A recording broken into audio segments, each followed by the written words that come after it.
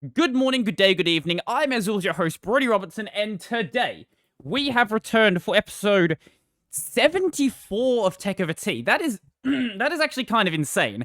I don't know how we've managed to get to this point. It's been like what? What does that make it? A year and a half? I did take a couple of episodes off here and there, so I reckon about a year and a half we've actually been doing this podcast. That's kind of insane. I managed to fix my camera. I, I I don't know I don't know how the problem happened. I mentioned this during the sound check, but I'll go over it here as well. So basically what happened is somehow my shutter speed managed to change. Normally I run my shutter speed at 1/60. So I record at 30 FPS. Normally your shutter speed for video is supposed to be double your frame rate. And somehow my shutter speed changed from 1/60 to 1/40. And when you lower the shutter speed, that obviously allows in more light. And when you allow in more light, obviously that means that I can like turn these lights down. I think if we turn it down to, where did I have it? I think it was at like this point. This is about where I had it, where I had the shutter speed lower. Obviously, like, this is unusable as it is, but yeah, it allowed me to turn that down. I don't know how that problem happened though, because the controls for the camera are on the back of the camera, which I never touch. Like, I would have to reach my hand around to the back of the camera, somehow touch the shutter speed button, slide the shutter speed control, like, only just a slight bit over, and then click out of the shutter speed. I have no idea how that happened. I don't know, some sort of magic. I don't know, it's fixed now, so now we're back to the lighting looking the way that it should. Most people probably didn't even notice the difference. Maybe you'll notice the difference in, like, the background coloring. That's probably the only spot where you could really tell, because it kind of made the red and the pink light, like, kind of, what's the word? I guess overblown. Overblown? Overexposed. Overexposed is the correct word. And it didn't look great. I could make it work, but I think for now, we'll keep it as it is. Maybe I'll tweak around some settings here and there to maybe have it so I can have my lights less bright. But I think for now, it's going to work basically as it is. At least until I replace the lens and change my f-stop. But until that point, we're going to keep it as it is, basically. So, I want to get into the main topic for today. So, over last weekend, I'm recording this on Tuesday, which is a very early time for this podcast be recorded. Over last weekend, there was an announcement by Valve. So, Valve announced a new console known as the Valve SteamDeck. So, basically what this is a little handheld PC. I guess the picture here is showing Stardew Valley. And yeah, it's not by no means like an original concept. Like, the idea of a handheld PC has been done before. It's been done hundreds of times. Like, if you go to YouTube, search for Linus Tech Tips, you'll find tons and tons of videos going on about these handheld PCs. But this is something actually by Valve. And because it's by Valve, and it's sort of the spiritual successor to the Steam machines, it's also going to be running SteamOS. Unlike the older version of SteamOS, though, this one is now Arch-based rather than Debian-based, which doesn't make that much of a difference. Ultimately, like, as long as you've got all the drivers you need, it's going to be fine. I guess Arch is going to be a little bit smaller than Debian, but really, it's a minute difference. And I guess the way you, like, update packages, but I'm sure that in SteamOS, they'll provide some sort of, like, graphical utility to do that, rather than having to do it through something like, say, Pac-Man. So the base doesn't really matter. What has changed massively since the time of the Steam machines, though, is basically the way that gaming on Linux actually works, just as an idea in general. Back then, Proton didn't exist. I don't think Lutris even existed. Wine obviously did. Wine's been around for a very long time, but it didn't work anywhere near as well, and you would have to go and, like, configure games that don't work properly, like, as native binaries, all yourself. You might be able to find, like, forum posts about it, but if you can't, you'd have to, like, work it out yourself. So you didn't have a big library of games with the Steam machines. This is part of the reason why they were a massive, massive commercial failure. I think, according to Wikipedia, They sold less than 500,000 units. I'll just double check that number. I'm pretty sure. Wikipedia. Yes, thank you. Less than 500,000, but this number doesn't actually have a reference. I could absolutely believe it was that few units, though. Yeah. I wouldn't be surprised. Anyway, yeah, we all know that Steam machines were a commercial failure and no one really cared about them. They had no games, like, gaming on Linux just didn't really make that much sense back then. Nowadays it does, though. So most of the gaming I do, I've talked about it before, I do on Linux. And while not everything works, like, some things you do have to, like, spend time actually tweaking and messing around with, like, different versions of Proton, maybe trying out Proton GE, maybe deleting some certain files, renaming stuff, changing around some Proton options, things like that. Maybe you will have to go and do that to make it work at all, or maybe even make it work better. But that is so different from back when the Steam machines launched. Now, even if you, like, most games, even if you don't configure them at all, are probably going to work. So the top 1,000 games on ProtonDB are called... Sorry, the top 1,000 games on Steam... Yeah, okay, that's what I was trying to say. The top 1,000 games on Steam have at least a gold rating on... My brain is falling apart. The top 1,000 games on Steam have at least a gold rating on Proton, according to ProtonDB. There we go, we got there eventually. That was an absolute mess. So this is really good. This means basically the game works basically perfectly. The only rating above gold is platinum, but playing a gold game, playing even a silver game is perfectly fine. Once you get to bronze and lower, actually below bronze is balked, so just not working at all. But like anything below silver, yeah, that's when you start having trouble. Silver is playable if you do some tweaking and you get like a lucky hardware configuration. Gold is basically what you want, though. Things like Doom Eternal, I believe, has a gold rating. I don't think it has a platinum. I could be mistaken there, but it doesn't really matter.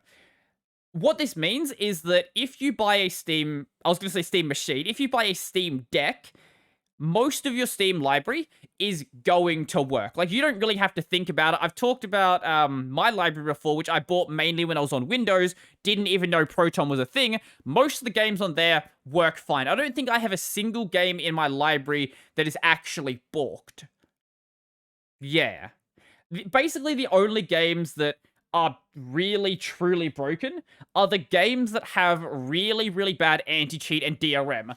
I know that things like Apex Legends, PUBG, Destiny 2, a couple of the really big multiplayer shooters and other big multiplayer games like that don't really work because of their anti-cheat. I know that, I think it's Persona 5 Strikers.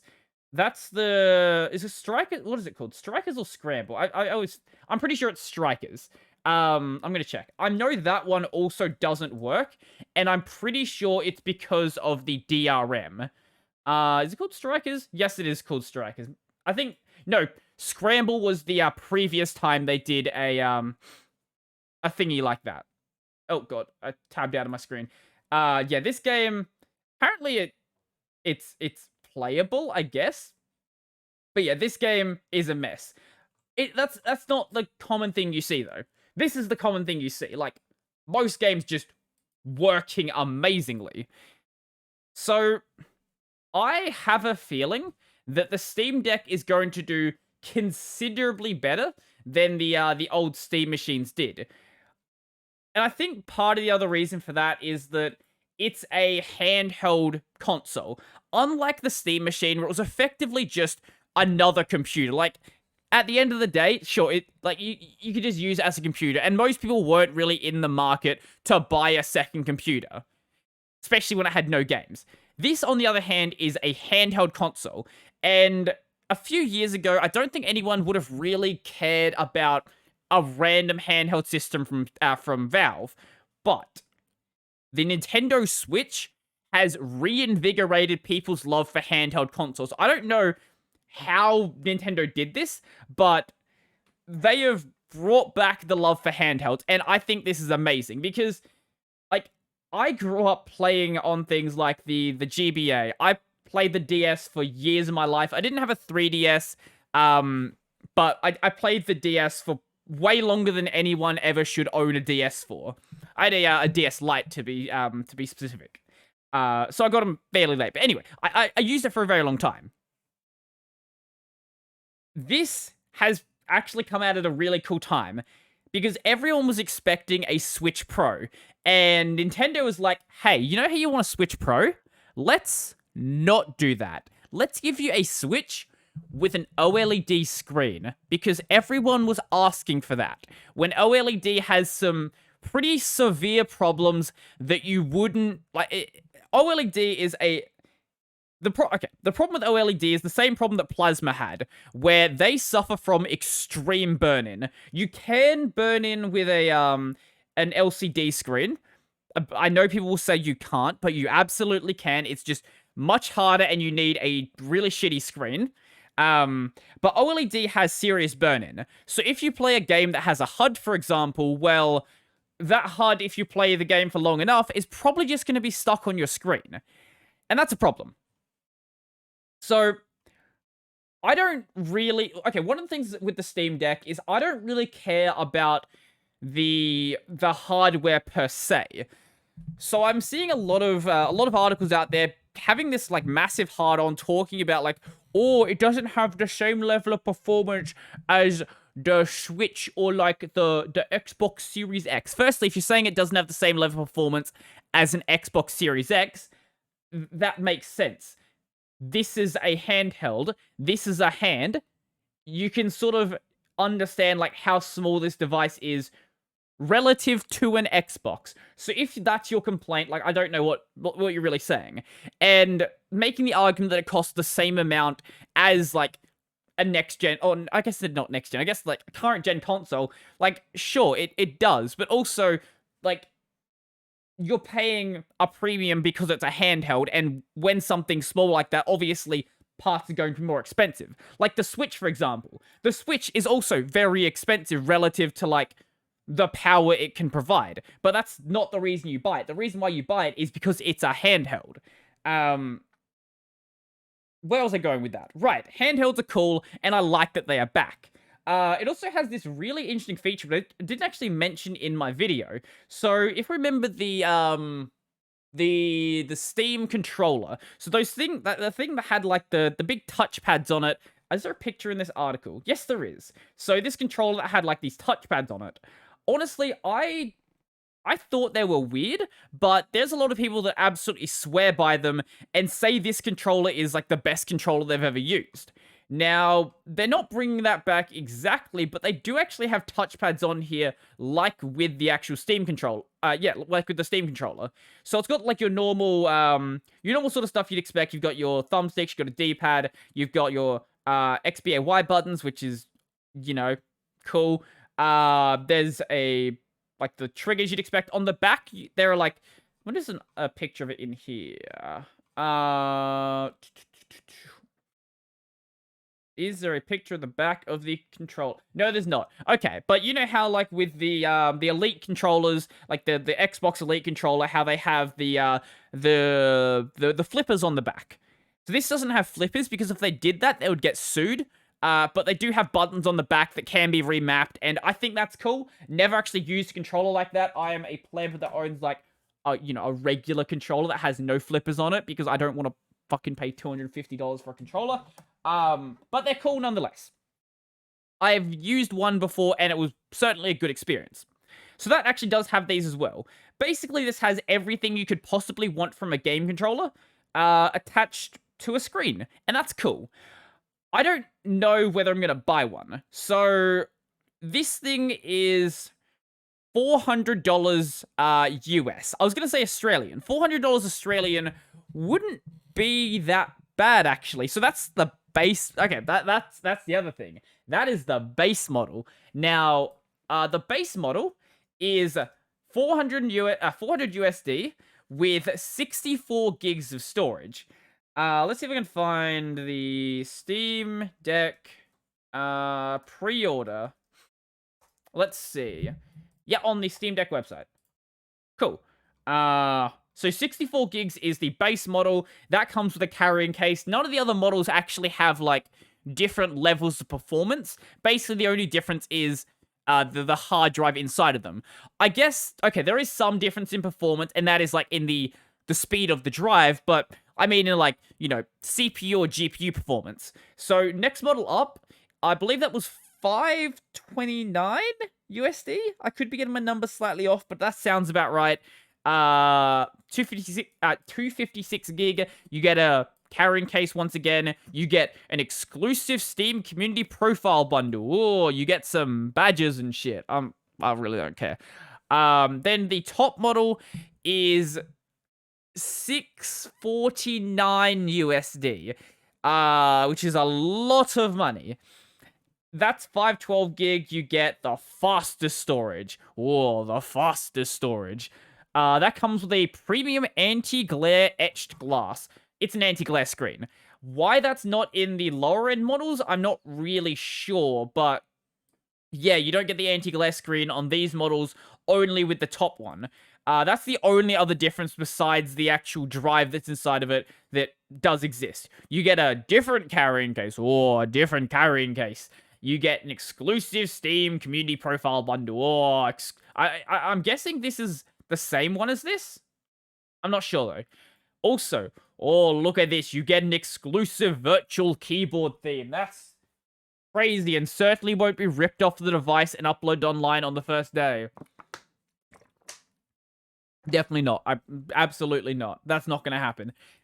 It's going to be online on the first day. If that's the reason why you're buying the top end one, yeah, you're a bit dumb.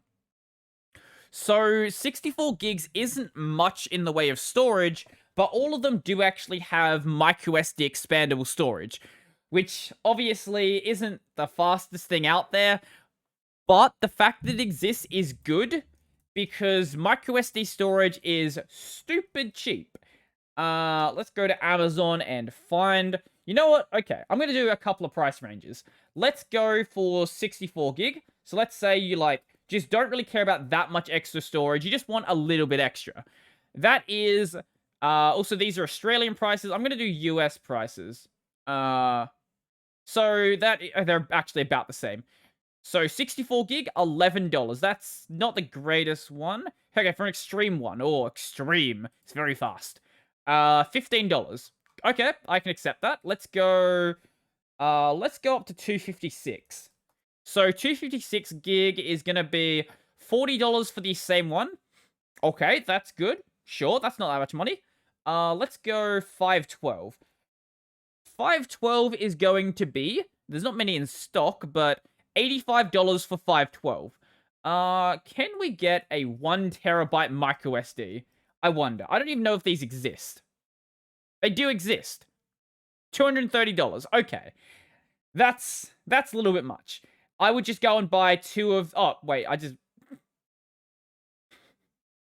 could just click on this. I didn't need a search for it. So you buy two of these, and then you're good to go. That's a terabyte of storage for $40 less. Sure, you have to, like, swap out the drives, but not that big of a deal. So I would buy one of these, and I would buy the lower end version, like the 64 gigs, save a bit of extra money. I think you would end up saving about $40.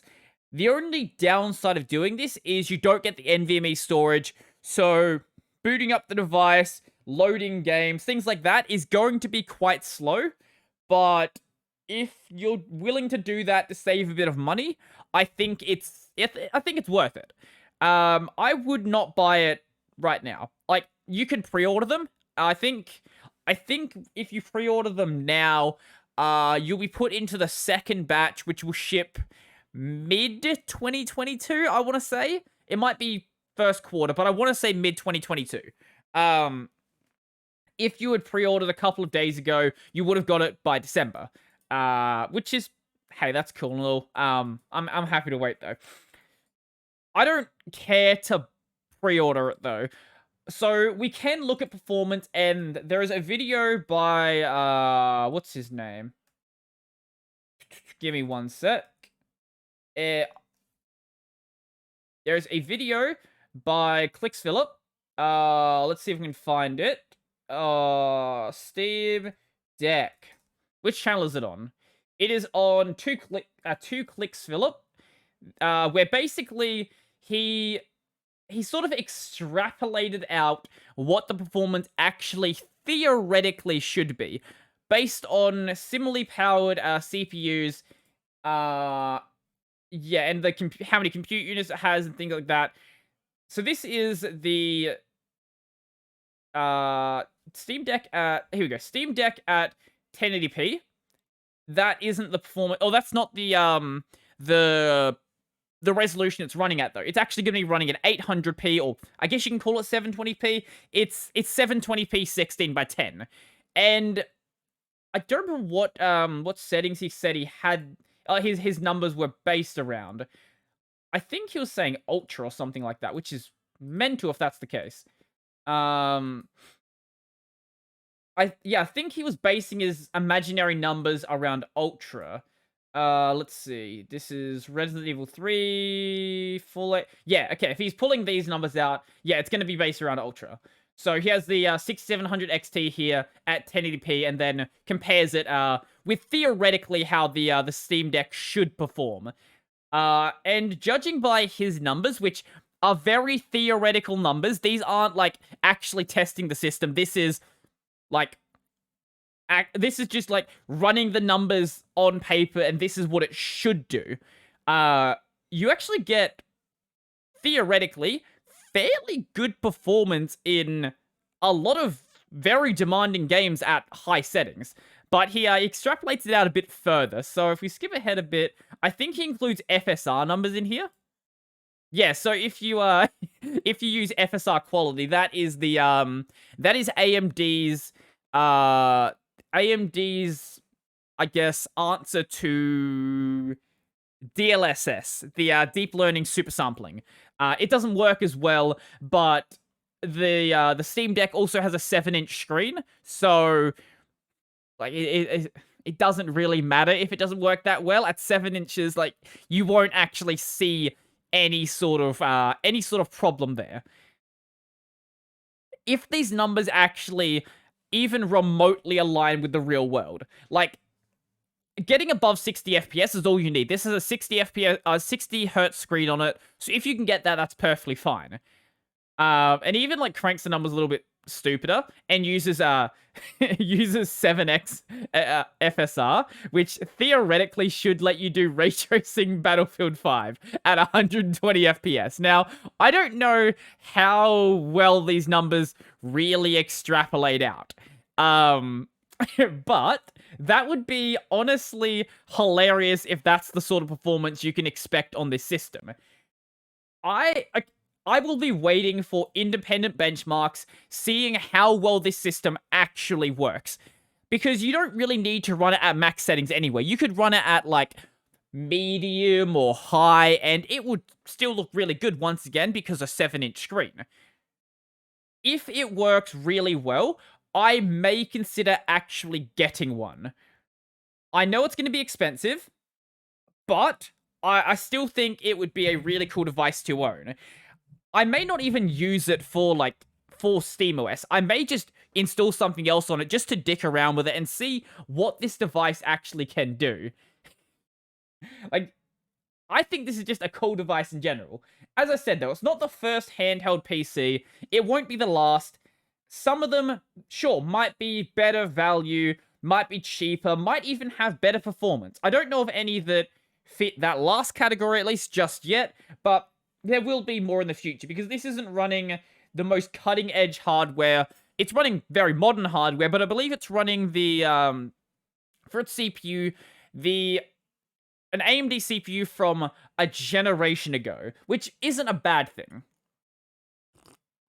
Like, this system isn't going to be CPU bottlenecked at all. The bottleneck will be with the GPU, so that's perfectly fine. But I want these numbers to be real. If these numbers are even close to real, let's say at like FSR, you get half this performance. Okay, maybe not half. Maybe like 25% less, because I realized half would actually be below below the base numbers in some cases. But let's say like 25% less performance. It would actually be like a really good system. I want to buy a Switch, and I'm still sort of keen on buying one because the reason why I want one is because there are some games on the Switch that I can only play on the Switch. Buying something like this would be more about if I, go up to my parents' place and I want to play some of the games that I have on my Steam library, actually being able to do so. I usually take that time to, like, take a break from the internet, but let's say I want to play some games, for example. That would basically be the use case for this, and also, I guess, laying in bed playing games would be fun. I haven't done so in a very long time. I haven't owned a handheld in ages. So whenever I want to play games, like, I'm sitting in this chair. But it would be nice to have that option again. Yeah, it certainly would be. Now, Valve claims that the battery life for this is going to be somewhere between 2 to 8 hours. That's of gameplay, not just of the system running. Now, what that actually means in real-world performance, I don't know. Because whenever you get numbers, like in-house numbers, they're always going to be a little bit wonky, like best case scenario. I do like they gave like a massive range like that. That does indicate to me that maybe the numbers are actually relatively real. Like, no company is going to say, hey, here's my handheld console, it gets 2 hours of battery life. Like, that's an insane number to make public if it's not actually true.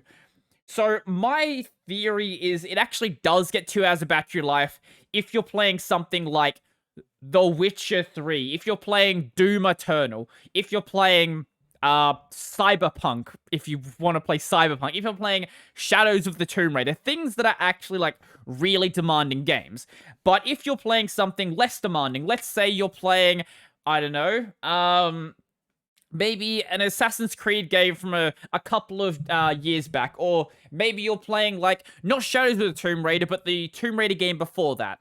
Maybe you'll get more battery life, maybe closer to like 4 or 5 hours.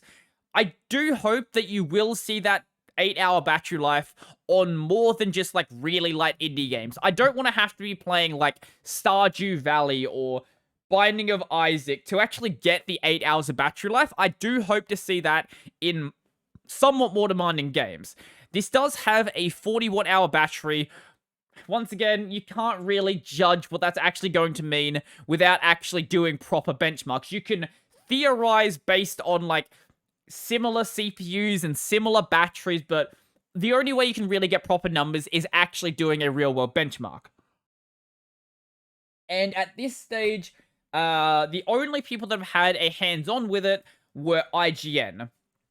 And mate, the IGN article was fucking horrible. I'll see if I can find it. First hands-on. Wait, no, that's the video. We want this one. Here's the article.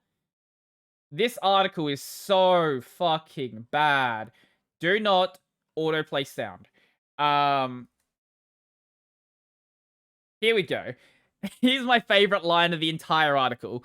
The OS is built on Proton, a version of Linux that supports both Windows and Linux games and applications.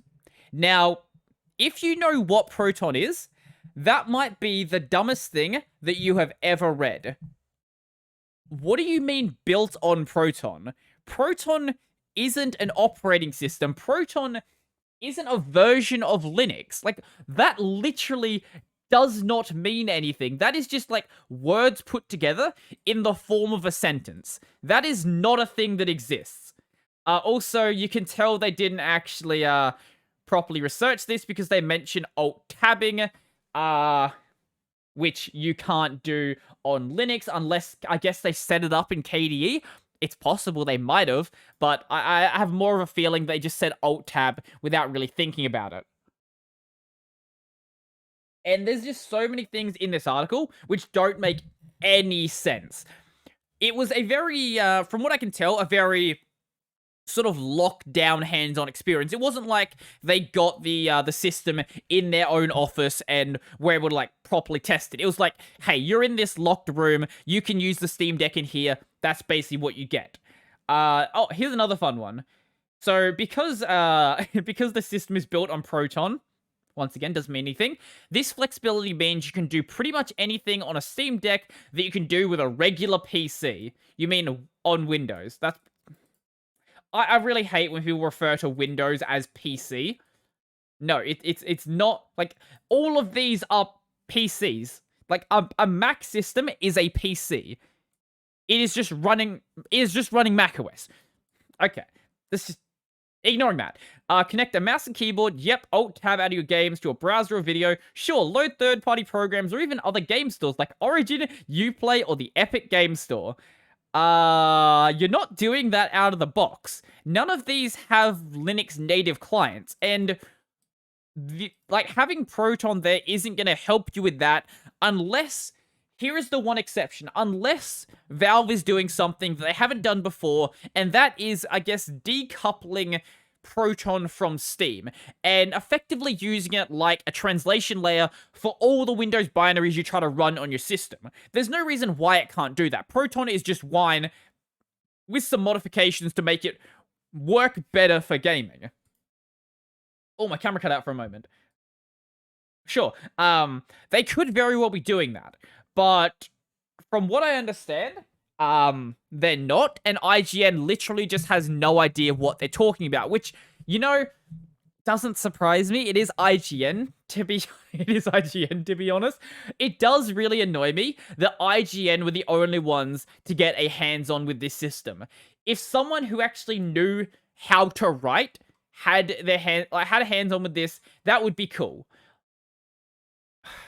Maybe someone who even just knew what Linux was, just even knew that Linux existed, would at least make this article better.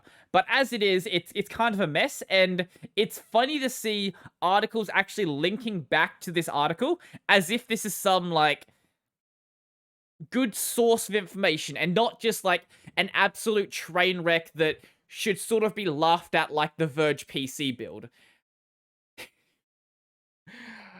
I don't know. It's a cool system. I'm considering getting one. Oh, the other thing that no one is actually talking about. So everyone is, or all the articles are saying, well, you don't have to run SteamOS. You could even go and install Windows on it. Now, that's technically correct. You can install Windows. You can install Windows Vista. You can install Windows 7. You can install Windows 10. Windows 11? Not so much. So, there's a slight problem this device actually has. It's actually, no, it's not a problem this device has. It's a problem that Windows 11 has. So, I'll show you the spec sheet for Windows 11. Windows 11 specs. I believe if we go to the Microsoft website, we should see them. So we all know about the TPM thing. The TPM thing is dumb, but this does have a TPM chip in it, so doesn't matter. Or I think it actually might support TPM in firmware. Doesn't matter. That doesn't really matter. Has DirectX support, sure. It's a modern CPU and a modern GPU. That's fine.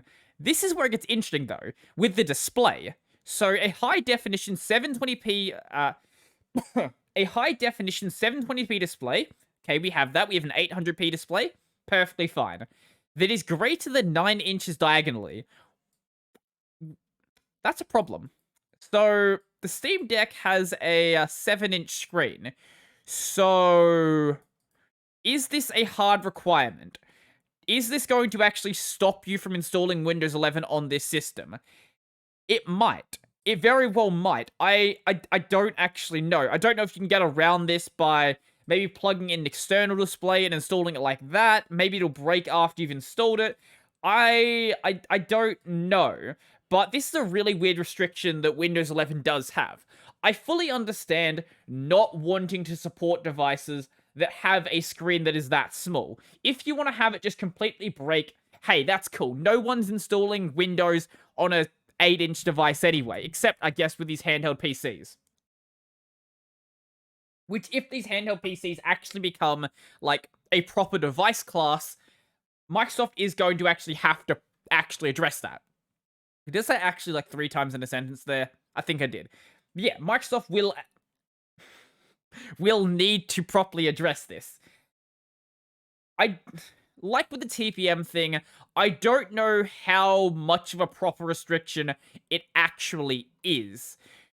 While we can test it with the pre-access ISO that the leaked ISO that everyone is like, this is Windows 11. Look at Windows 11. It's basically Windows 10. It literally is Windows 10. It's actually running the Windows 10 kernel. It's not Windows 11. It's a very pre-alpha version. We can certainly test stuff with that, but I don't think that's a really fair way to assess what Windows 11 is actually going to be. You can't properly say whether this is actually going to work on Windows 11 until the ISO actually comes out. We can make assessments. We can say, oh, if we install this old ISO on old hardware, it's going to work fine. And that's what a lot of channels have been doing. They've been milking the absolute hell out of saying, oh, it'll work fine on old hardware. You don't actually need TPM. But it's an early access ISO. So, or I guess a early leaked ISO. So we can't really properly say whether that's actually going to be true in the long run. I wouldn't be surprised if Microsoft actually does make things like this a hard restriction, even if it is actually going to, this one specifically, is actually going to break some of their fairly modern devices. I see if I can find it actually. I'm 99% sure there's a bunch of Surface devices that aren't compatible with Windows 11. Surface, Windows 11 compatibility. Here we go. They're like older Surface devices, but older is a fairly relative sense. They are perfectly valid computers, and there's no reason why you shouldn't be able to use it. Here we go. Older devices. The Surface... Oh, wait, sorry. So this is one that can support it. My bad.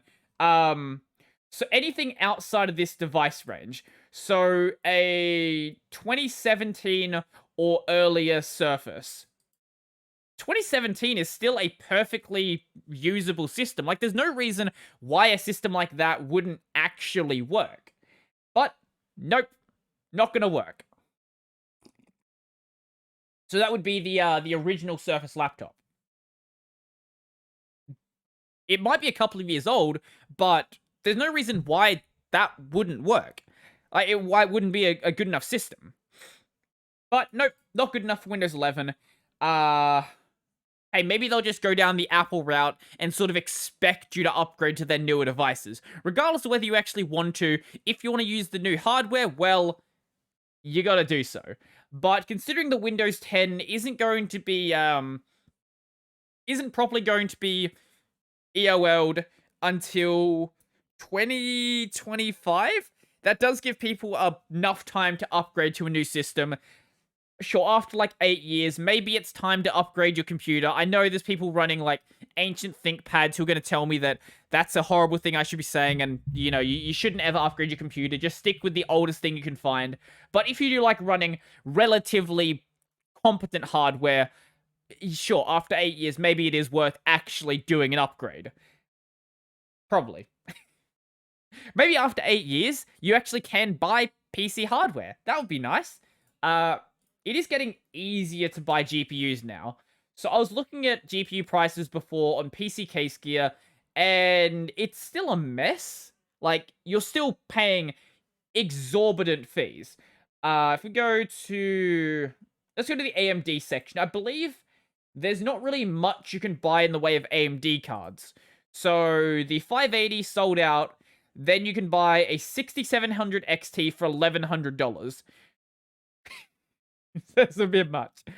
But, hey look, they're not sold out, which is a very, very big improvement. A few months back, I guess, when we scrolled through here, everything was sold out. Like, you couldn't buy anything at all. But I guess it's getting better now if you're willing to pay a lot of money. It's a little bit better on the Nvidia side because Nvidia does have like a much bigger product range, and Nvidia cards weren't as crazily scalped with the crypto boom. But like you can actually buy mid-range and low-end cards. Like, okay, these cards don't count. No one is mining on these cards. They have always been in stock, probably because this is the stock from when the device actually came out. But reasonable devices. Things like a 1050 Ti. Obviously, that is getting a bit old right now, but it's still a perfectly competent card in stock. The 1650 in stock. The 1660 also in stock. Like, you can actually buy Nvidia GPUs now. I don't know what it's like outside of Australia, and I know these prices look absolutely insane. Do keep in mind these are Australian prices, and Australian prices are always a absolute meme. These are still inflated anyway, but they're not as inflated. Like, you're not paying $1,000 for 1660, for example. 2060, $800. Like, you can reasonably buy cards now. 3060, $999. I think in the high end, they are still a little bit scalped. Like, okay, 3090 doesn't count. 3090 is supposed to be expensive. Like, 3080 Ti, $3,600. For the record, that's more than my car costs. So, let's try the regular 3080. Base 3080. There's some in stock here for $2,800. Jesus fucking Christ, that's insane.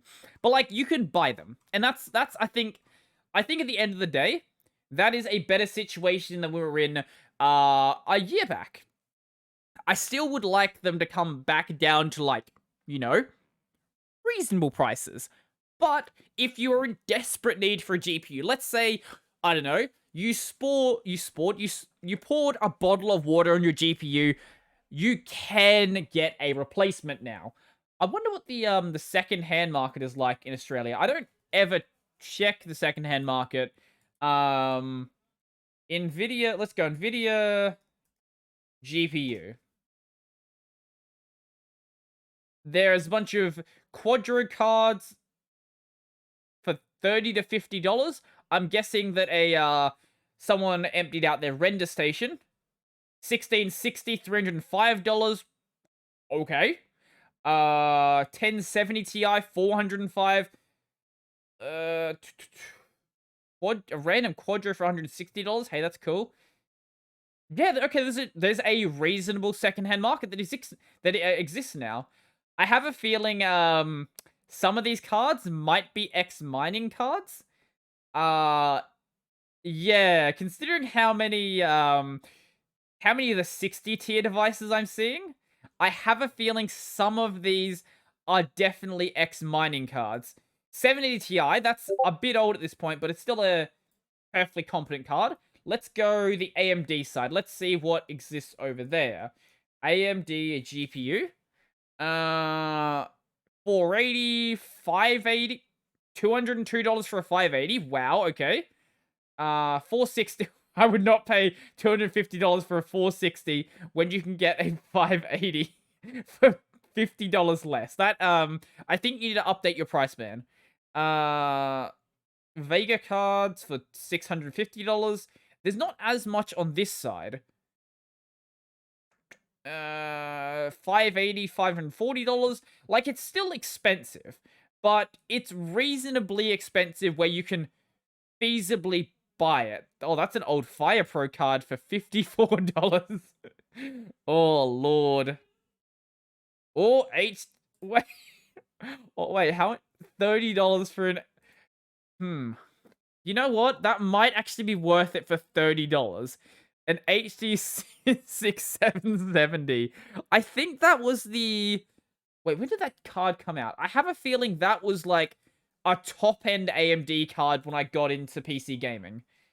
HD 6770. That was from... Thank you, Tech Power Up. No. Okay, no, I want to... First released in 2011, so that would be when I was 13. Yeah, that actually would have been like a new top-end card when I got into PC gaming. Oh my god. what was the card that everyone from if you bought an AMD card that you were gonna buy is it the HD 7770? 7 Yeah, HD 7770. Yeah. Yeah, that's the card. Look look at this thing. Oh no. Actually, it wasn't even a top end card. Am I just imagining? Uh Wait, no. It was the oh, what was it called? It's the HD or was it the shit, now I'm forgetting. It might have been the HD 70. No, it's the 78 series, wasn't it? It was the 7870. Yeah, that's the one I'm thinking of. HD 7870? Yes? Maybe? I'm forgetting the old names of GPUs. Oh no, this is the generation after. Look at this thing. Remember when GPUs looked like this? Now we've got like all of these like fancy metal designs. Man, I want my plastic shrouds back that look absolutely horrible. Like, why would you ever buy the reference card? Like, no one ever bought the blower designs because they just didn't make any sense. They just blew hot air back into your system. Wait, no, sorry. This fan sucked air and blew it out the back of your system, didn't it? Yeah, but it also would interfere with the rest of your cooling because you probably have your system set up for a the regular fan design rather than like the reference design. Like these reference cards still exist, but they're better now. Back then, man. Back then they weren't. And PC cases have definitely improved since then as well. I guess it wouldn't have been as big of a deal back then because things like mini ITX and ITX just in general were definitely not anywhere near as big. I think ITX did exist, but it wasn't like we were seeing these really tiny form factor PCs like we see today. Like where you can have these, these things that are basically in a shoebox and get desktop class performance without having to worry about cooling. That is insane. That just wasn't a thing back in 2011. It's cool as it is now. I like my my full tower though. It makes things easy to build in. Is it a lot of space on my floor? Sure it is. But I guess the mid tower. But still takes up enough space. I don't really care though because it's not really in my way. Speaking of segues, let's get back to this Steam Deck for just a moment. So, I don't know why this is happening. But there are Steam Deck reservations on eBay. I wonder if I can find any. I know that eBay was actually cracking down on them, which makes sense because stop the scalpers. Let's see if we can find them. Steam Deck. Oh, there's one right here. Oh, there's a couple of them. $1,200. $500. Why is your... Oh, it's OBO. Right, that price is actually under the actual price of the pre-order. $4,000. Why is it $4,000? Why would you buy that? Who in their right mind? Okay, scalpers, right? Okay. There are things you can scalp. Shoes. People will pay for that. You can scalp GPUs. People will pay for those as well. I don't think you should do it, but you can. Like, you will have people actually buy them. Why are you scalping an open pre-order? Like, here's the thing, right? There's no reason for anyone to buy this scalped Steam Deck because the pre-orders are still open. Like, you can order one right now. Like, as of the recording of this, as we are looking at people trying to scalp the device, you can still pre-order it. Sure, you'll get it a bit later than everyone else, but like, why are you scalping it? Like, why is there 27 bids? Who is bidding on this? Like, I don't understand. I genuinely don't understand. Why is this $4,000?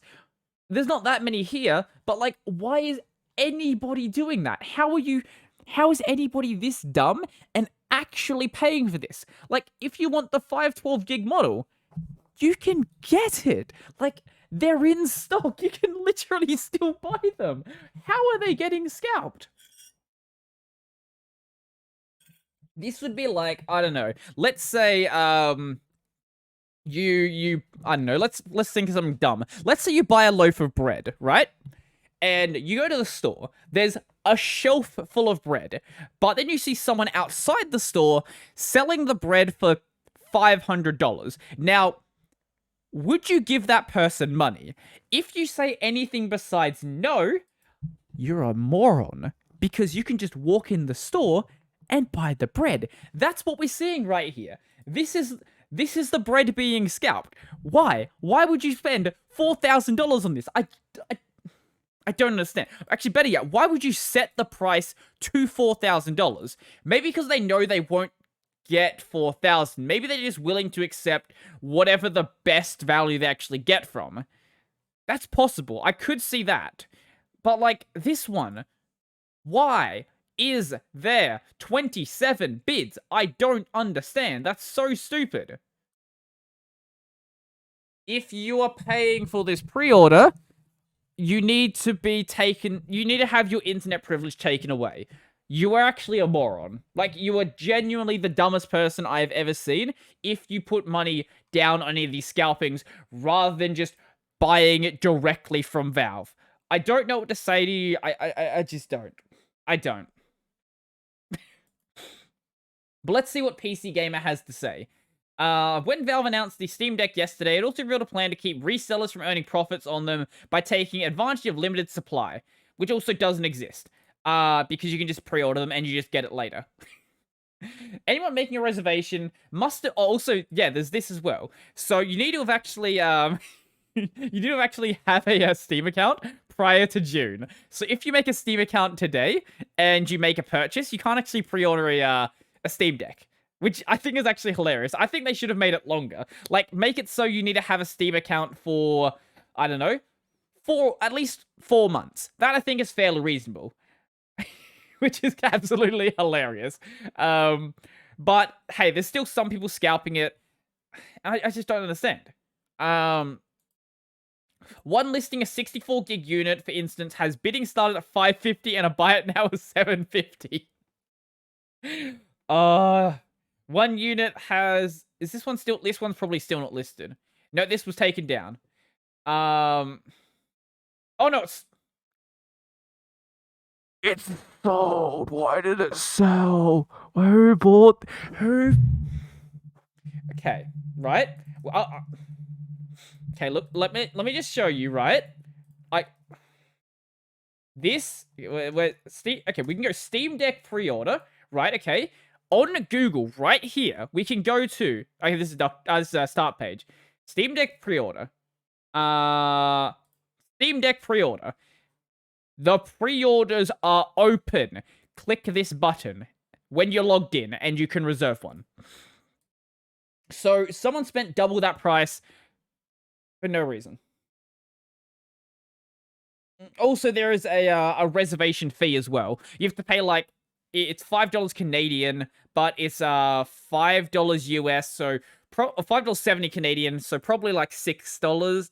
Sorry. Yes, $5.70 Canadian, $5 US, probably like $6 Australian. But the reservation fee is actually a part of the cost of the device, so it's not an extra fee on top. 819 Canadian. Okay, I feel... Oh, no, I don't feel as bad. That's actually slightly better than the Australian price. So, like, yeah, okay, the only reason why people are pre-ordering it is because these are the only regions where you actually can pre-order. US, UK, EU, and Canada. So if you're anywhere else, like, you can't pre-order it, but the pre-orders are... Here's the thing, right? Pre-orders are going to open up in these other regions. It's just, you'll get the device later. Not first day. Later. I don't know what's so difficult about that. Just wait 6 extra months. It's fine. You already don't have a Steam Deck. You haven't had a Steam Deck your entire life. You can wait a couple extra months to get one.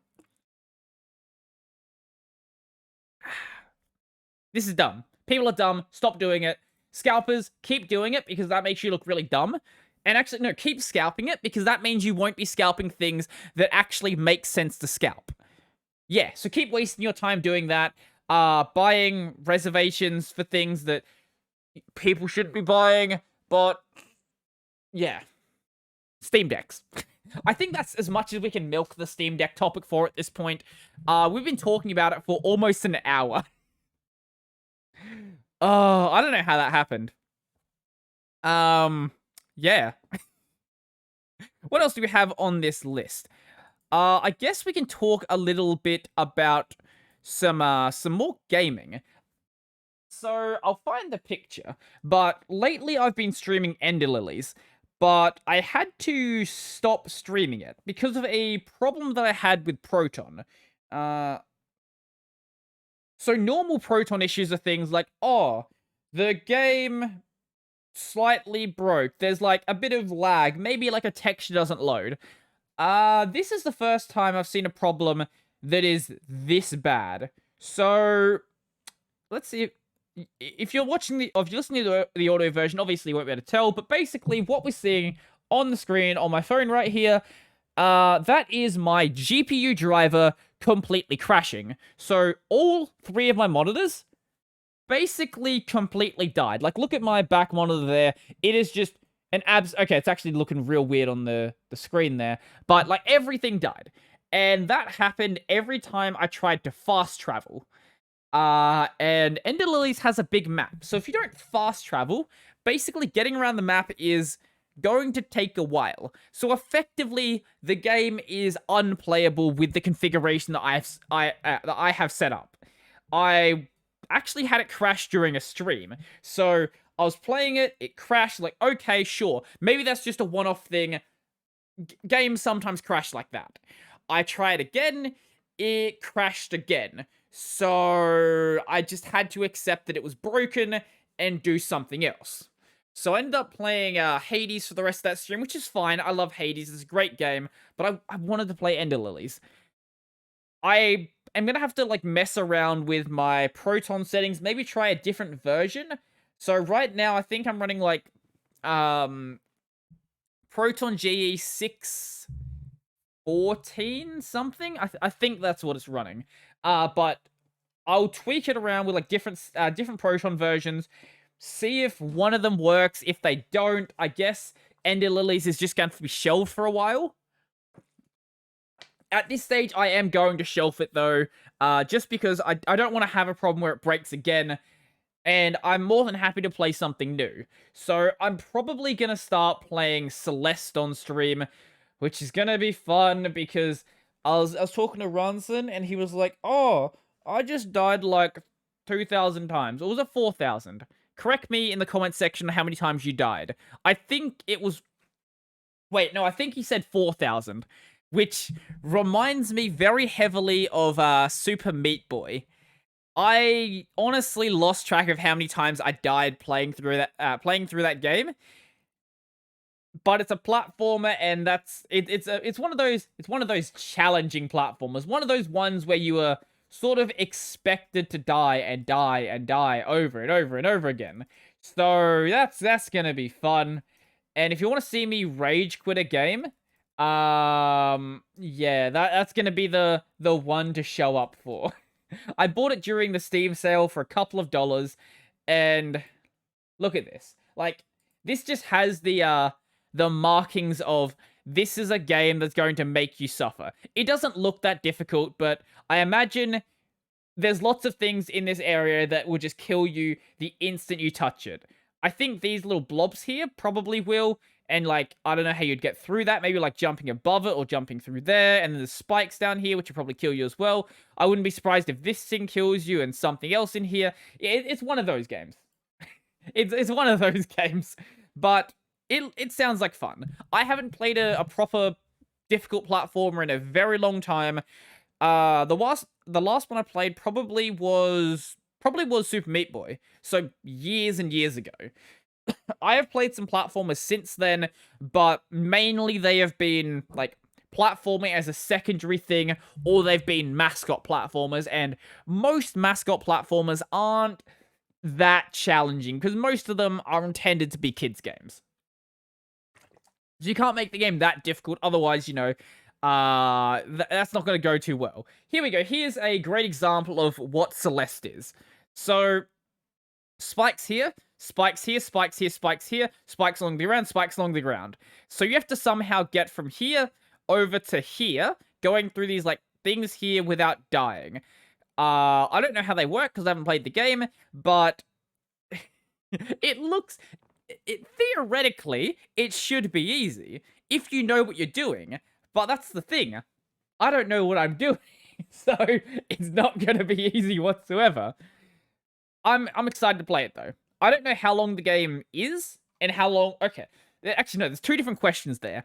I don't know how long the game is, and I don't know how long the game is going to take me to finish. Because I have a feeling those numbers are going to be very separated. Probably in one very obvious direction. I am going to finish the game in considerably longer than it takes to actually finish, if you actually know what you're doing. Video games. Video games. I could fill the spot with something on my PS4. Like, I've got Cyber Dimension to play. I could play, like, Neo. I could play, like, I don't know. I've got random stuff there that I could play. But I kept saying I was going to play Celeste at some point, so I will live by my promise. We'll finish this game and maybe go back to Ender Lilies and see if I can, like, get it working. Maybe go play something else. Yeah. I don't know what I'm going to put in Kingdom Hearts' spot if I don't go straight into Rechain of Memories, I'm going to say is the second game. I think Rechain of Memories... Yeah, I think it should be Rechain of Memories, and then 2. I'm gonna check Kingdom Hearts release order, actually. Because I don't remember. Kingdom Hearts release order. I'm gonna play the games in release order. I don't know. I could play them in any order, but we're gonna play them in release order.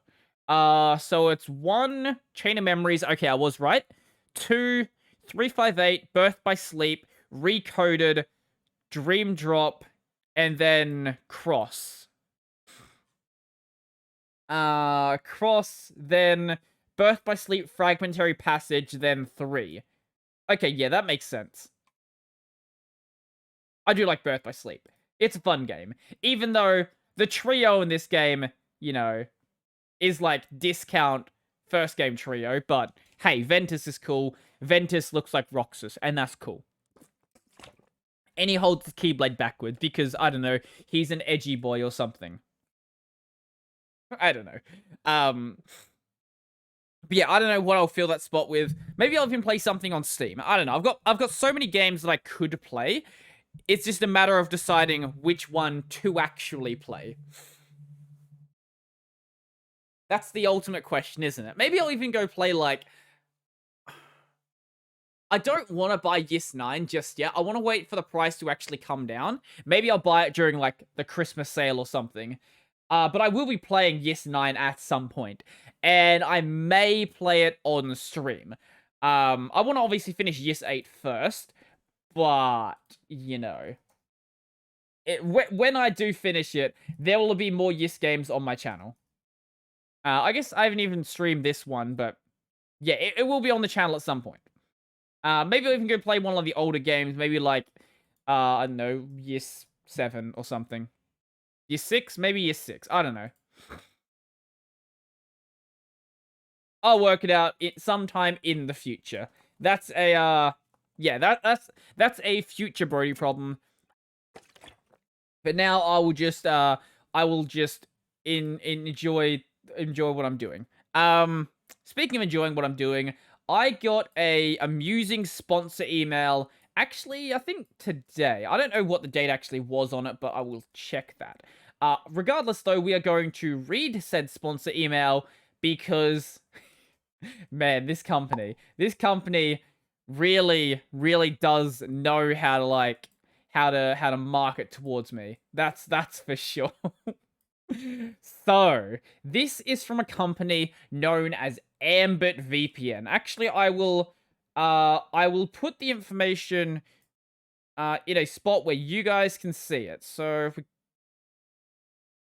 copy that. Yeah, no, if we save that, and then I go into there and there, and is that it? Wait, no, that's not the one. That one? Yeah, that's the one. There we go. So you should be able to kind of read that. It's going to be a little bit small, but yeah, you can probably read it. If you can't, I'm going to read it out anyway. So this is from a company known as Ambit VPN. Now, I've made it very clear my opinion on doing a VPN paid sponsorship. And what I've made clear is I'm not fucking doing it. You can go away with your VPN nonsense unless it's going to be something about like setting up your own VPN you're hosting yourself. I want absolutely nothing to do with actually being involved in a VPN. It's a way to lose your audience's trust when there is a hack on it and they lose their data. And it turns out that even though they say they weren't keeping logs, they actually were keeping logs. It's just a mess, and I don't want anything to do with it. But as for the email, hi, Brody Robertson. Okay, fairly businessy. We actually got my name correct. That's an improvement over some of the emails I get. I follow your channel. Oh, do you now? Do you now? We are a growing US veteran-owned privacy company. I don't know why they included US veteran. I'm not from the US. That's not going to pull up my heartstrings like it would from someone in the States. But sure, okay. You're a bunch of US veterans. That's cool. You're making something of your life after leaving the military. Presuming you're not claiming false honor, which, as we go on with the email, you might see. We want to possibly work with you via our affiliate program or another deal structure. Are you offering me some sort of questionable paid partnership? Like, what is this? Is it a affiliate program or is it not? Make up your mind. You're the one offering the deal here, so usually you set the terms and then we go back and forth trying to decide on what we can agree is fair. So you are an informed and sophisticated influencer that values privacy and freedom. You lost me. The second you called me an influencer, I stopped paying attention to what you were saying. But sure, okay, I am an influencer that values privacy and freedom. Sure, okay. Would you be interested in discussing a paid promotional deal? I'd be happy to walk you through what we do and why we think there would be a fit. I didn't actually realize there was a mistake there. Okay, actually it makes it even funnier. I'd be happy to walk you through what we do and why you think there would be a fit. What do you mean, like, why I would fit? Like, why your business would fit with my channel? Is that what you're trying to say? There would be a fit. Are you guys going to throw a fit when you see this? Maybe you will. So ambitvpn.com does the following. We will check their website in just a moment because, man, their website also has some questionable things on it as well. So, first point already has me like, okay, guys, like if you're trying to get me to actually work with you, don't include this in your promotional email. So, the first thing it does is speed up mobile downloads. I call bullshit first off. A VPN is going to slow down your speed, but let's say, I don't know, you have a really bad DNS and using the VPN changes that DNS. Fine, okay, you might get a slight performance boost. Increase speed from 2.3 megabits to 110 megabits in this test. So, for those of you out there who can't do maths, that would be over a 50x speed improvement. Are you actually telling me that your VPN can offer me a 50x speed improvement? Even if it can do that, right? let's say you've created some magical VPN that speeds up your connection.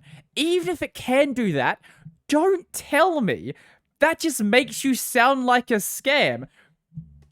Don't tell me you can do that. That sounds ridiculous. So also we have the general VPN stuff, stop data sharing when you visit websites. Even though you're going to have cookies and, that's going to share information anyway. Hide your home phone. Wait. So, home phone. Hide your home location from data sharing companies on the internet. Even though if you're using geolocation services, that's not going to happen.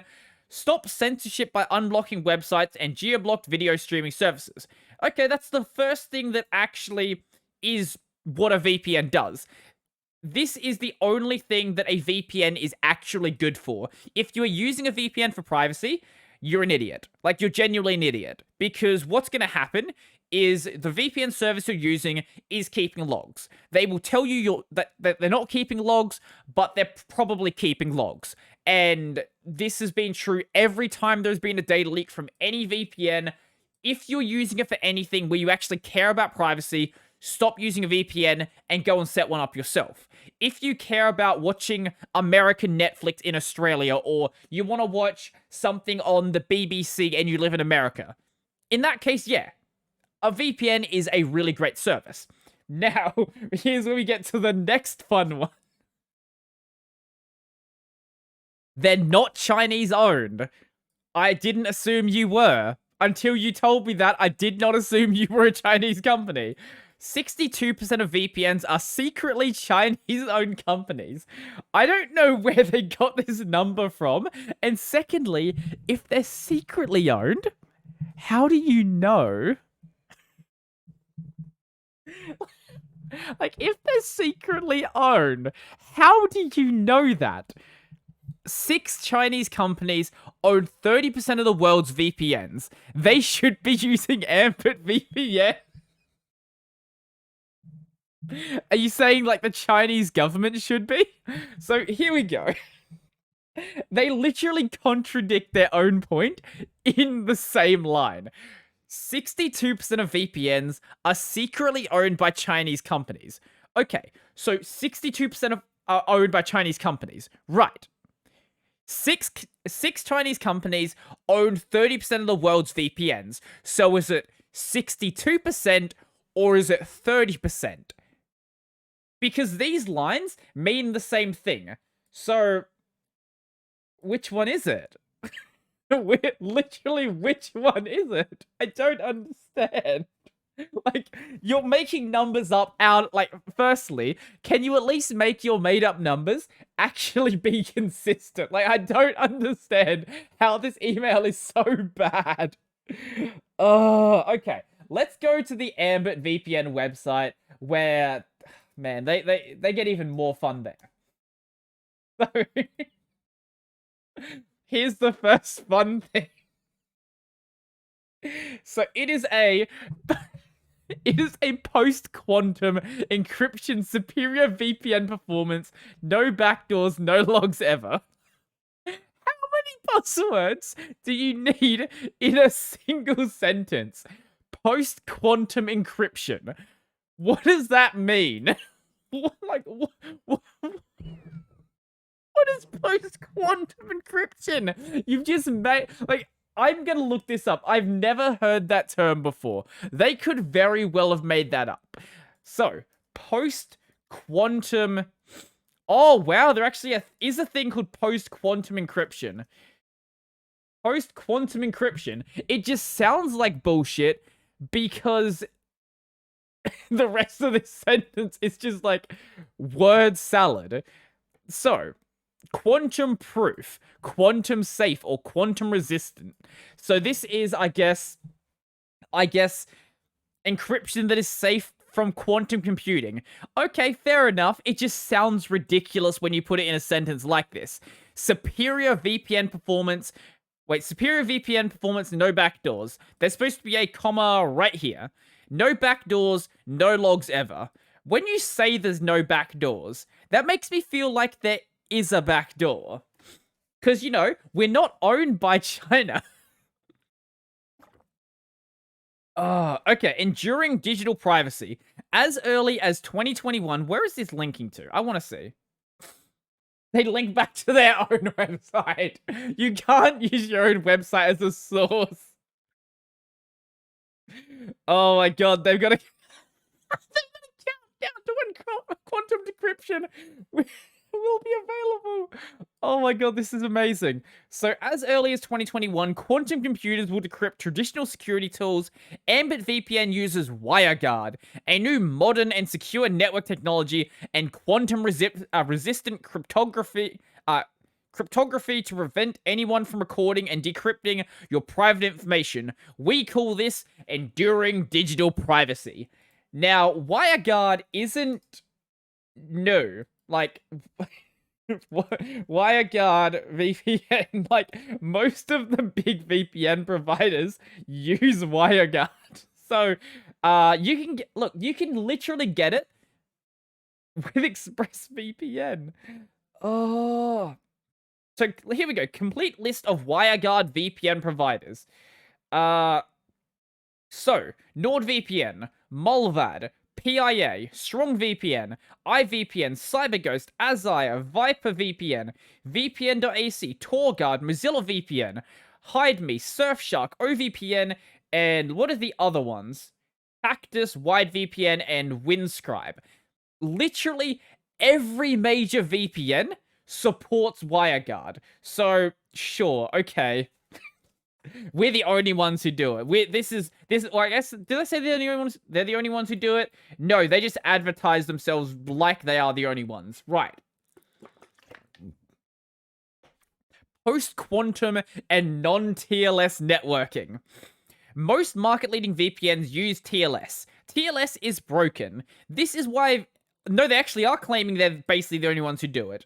This is why Ambit VPN uses a modern networking stack based on WireGuard combined with modern NIST PQC candidate encryption. Our post-quantum solution will protect your communication and privacy for years to come. I have a feeling the other VPN providers are going to step up, if they haven't already, as we've seen by the fact that all of them already support WireGuard. Here we go. Unleash your true internet performance. Ambit VPN's network technology increase the performance of your devices. Users frequently report speed increases of 50 megabit or more.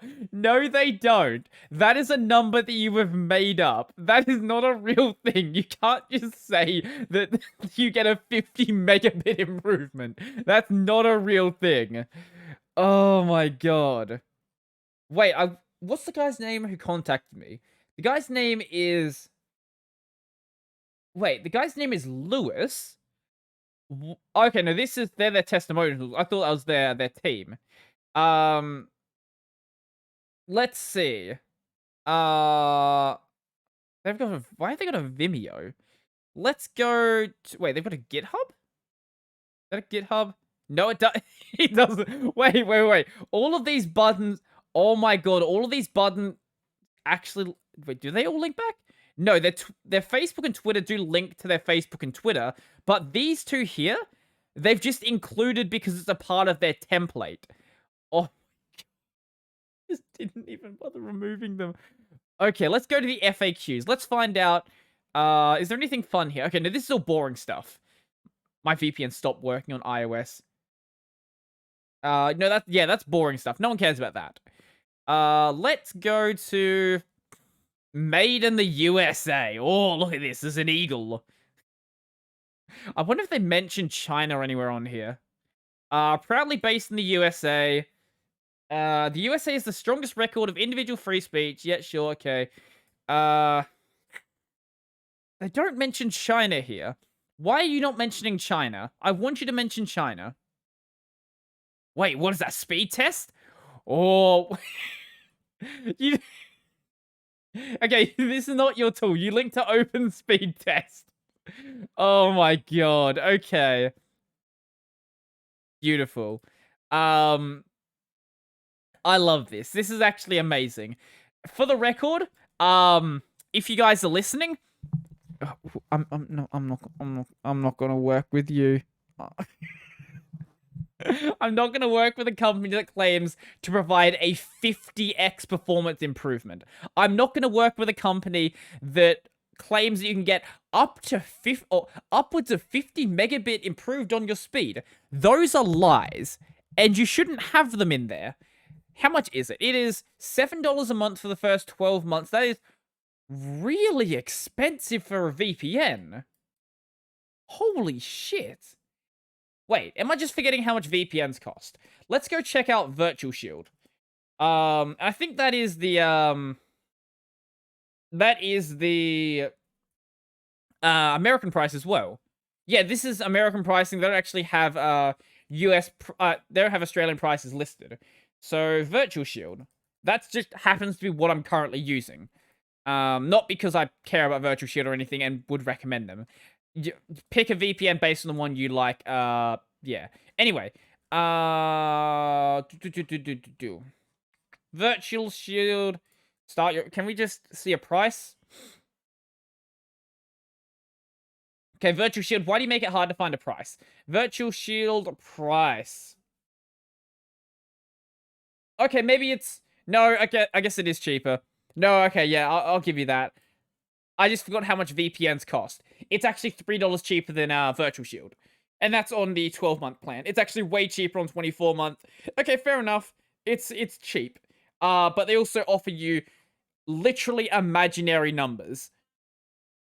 I do like the quantum countdown, though. Quantum countdown is certainly a fun one. So apparently in 163 days, we will hit quantum decryption. As early as 2021.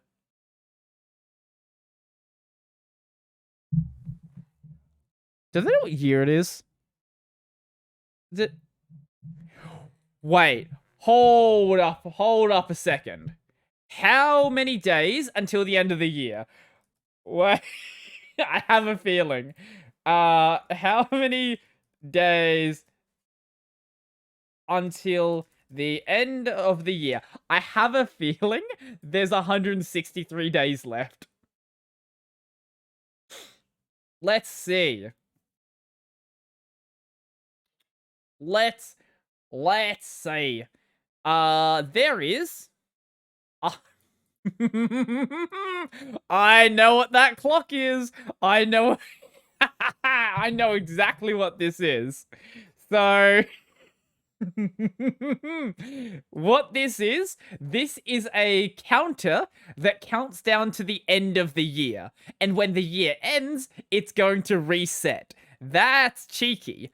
And I do like the fact that they say that decryption is going to be broken by the end of 2021. And then the graphic they show is 2025. So, like, is it 2021? Is it 2025? Like, could you at least have found a picture that actually corroborates what you're actually saying? Sure, we should be finding something... Wait, what? Are you feeling lucky? Variational quantum factoring, potential decryption of all classical encryption worldwide. 4 years sooner than expected.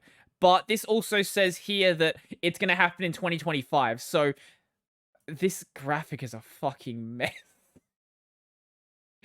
Ambit VPN is a questionable VPN company.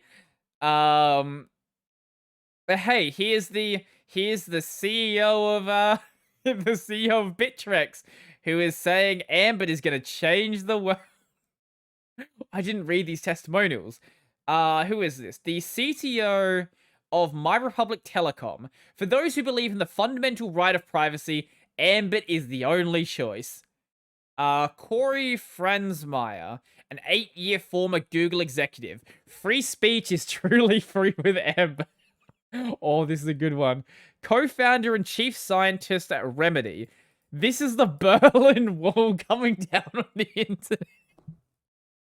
What does that mean? And here we go. Here's a retired Navy SEAL. Because as we know, retired Navy SEAls know a lot about computers. That's not saying retired Navy SEAls are bad people, but I don't think that's their wheelhouse and what like they're an expert in. Ambit's breakthrough technology is bringing a global declaration of independence to all of humanity. What does any of this mean? Oh, this is a mess. I love it. I'm going to show you what like a good sponsorship email looks like. This is from a company I'm probably not going to work with. But this is like how you would actually do one. So this is from a company called Deep Remix. Hey, how's things? Big fan of your YouTube channel, great content. Firstly, you've never watched my YouTube content. Otherwise, you would know that sending me that email wouldn't have mattered. But that's like normal PR speak. Everyone says that, like, regardless whether they actually even know what your name is, they can be like, oh, I love your content. Your channel's so great. Insert name of influencer here. I've seen emails like that. So, Deep Remix is basically going to be a program that lets you, I guess, remix audio with AI and other stuff. And basically the email just goes over like what the software does, doesn't give you any crazy ideas. It's not like, oh, it will like reproduce works of musical art for you. It's like, hey, for musicians and vocalists, Deep Remix can also be used for learning, practicing, and performance purposes, as you can isolate and mute any part in an audio file. Hey, that's cool. Free copies can, of course, be provided. Oh, no, that's about what they'd be providing me to actually show it off. And then they have a bit at the bottom, basically being like, hey, this is what we do. This is how much it costs. This is what we're willing to offer you. That is a normal sponsorship email. Ambit is a very interesting company. Sort of in this, I get the same vibes from them that I get from any of those emails I get from like sketchy Chinese key resellers, where they're like, hey, would you like to get game keys for like $20 less than they actually cost? Even if that $20 is going to mean that we're paying you to take the game keys. They're so cheap, we don't even want them. Like, it's that same level of sort of scammy nature from them. Not saying that Ambit is a scam, but like those numbers and what they're showing, they don't make you look good. They actually make you look way, way worse. If you just didn't say that altogether, it would look better. Drop the China stuff. You don't know that. You don't know that 62% and 30% of VPNs are owned by China. You just made that up. You don't actually see people getting 50x performance by running your VPN. That is absolute nonsense. Like, stop it. This is a good email, though. More companies should actually properly contact people like this. Ever since I've been, like, getting more and more subs, I've been getting more and more of these emails, and you start to notice, a very, very, very common trend. Oh, here's one from iMyPhone. Here's another one which is a good email. I just don't really care about working with them. They, I do know this one is a, we don't actually know your name. We just sent this out to as many people as possible. Where is my... Wait. Actually, I just realized that... actually, no, I can take a picture of that. Yes. I tried to take a screenshot, and I copied the picture rather than saving it. And I was like, where did the picture go? Here we go. Now we can do that properly. That one? Okay, that's actually very small, and you can barely read it. Dear Sir, which is always a good start. Like, I don't know your name. Dear Sir. So, this is Danzy from iMyPhone, a company devoted to providing technical solutions for iOS and Android devices, Windows PC, and Mac. Firstly, I know that you don't actually know about my channel because your product isn't supported on Linux and you're trying to get me to do a video on it. Deeply impressed by your creative videos on... Wait. Yeah, here we go. Deeply impressed by your creative videos on insert creator name right here. I like how they even, like, bold it and make it italics, just to make sure you know that they have no idea who you actually are. As we know you are a professional in reviewing products in this field, it would be our great honor if we could invite you to review our well-performed product. Filme software and I don't know why there's an E on the end of that. Filme software and expose it on your channel. Actually, no, it's called Filme. Film? I'm guessing that maybe there's supposed to be an accent there. I'm just gonna call it Film now. Film is a smart software that helps the user to edit videos like a pro, making stunning slideshows with graceful templates, providing abundant effects and resources, filters, titles, animations, transitions, music, and more. And you can also share your unique moments, birthdays, weddings, travel festivals, and etc. You know, stuff that video editors do. Now, the one part I don't like about this email is how they end it. So, thank you for your time. Please kindly let us know your price for a full video if you are interested. We know you're a professional in reviewing products in this field. Let us know your price. What you're asking for is a paid review, and that is illegal. So, no, I'm not doing that. But, like, this is another funny email. Like, emails like this are the sort of emails you start to get whenever you get a reasonably sized channel. And for the most part, you can just ignore them. In a couple of months, they'll contact you again and decide to send you the exact same thing. Maybe this time, they will actually have their formatting correct and not put a new line where your name is supposed to be. I love that that's there. That just indicates to me that a person didn't write this. That was a AI-generated email they just sent out to as many people as they could possibly find. Anyone, like, in the tech sphere probably got that email, which is actually good for me if I'm being added into these lists. That means that I might get emails from companies that don't make shit products, but you can always tell when you actually get a... You can always tell when you get an actual real email. Because they'll say things like, "Hi again, Brody. Do you have any questions about how blockchain domain NFTs work? We also have a affiliate program if I'd be happy to chat about on a quick call." So this is someone trying to get me to, like, shill their crypto domains or something. Shill their NFTs. I don't know exactly what they're doing. But, like, you can very easily tell when it's actually a email written by a person. It's very obvious. But they're sort of like the rarity. Like the Linode email I got, for example, that was actually written by a person. They knew what videos I had actually made. They knew they literally listed out videos that related to their content. And it's like, okay, you guys did your research. You know that this is my channel. You know what sort of videos I make. You know why you would actually make sense on my channel.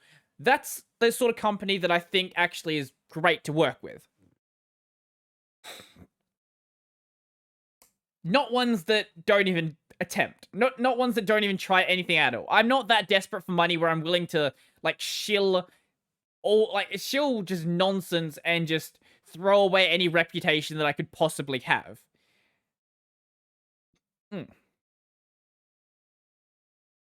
What is this? I might reach back to... Actually, no, that was like... Oh, now looking at it, that was a month ago. So it was 2 months ago. Someone tried to get me to shill some domains. Maybe I should have contacted them, actually. That actually might have been a fun one to do. But we're here now, so yeah. I could honestly keep reading sponsor emails all night. I don't delete most of them. I kind of keep the funny ones around and just laugh at them from time to time. When I need to see something that is just genuinely dumb, I occasionally go and look at them. Speaking of dumb things, but this is actually a cool dumb thing. This is a... I don't know why someone made this and why it's a project going on. This is someone basically remaking Bloodborne, but as, like, a PS1 art style. Like, it's really cool. Like, I wasn't big on I wasn't big on PS1 games. I played a couple of things like Crash Bandicoot, but I think this just looks cool, and I kind of want to play it. I actually haven't finished Bloodborne. I need to go back and actually do that at some point, but this just looks really neat. I know it's still very much a work in progress. So at some point it will be done, but just look at this. It's so cool. Oh. I just want to watch this video. I know there's no audio. Actually, here we go. I'll play the audio a bit. Even it has like PS1 like audio on PS1 music as well.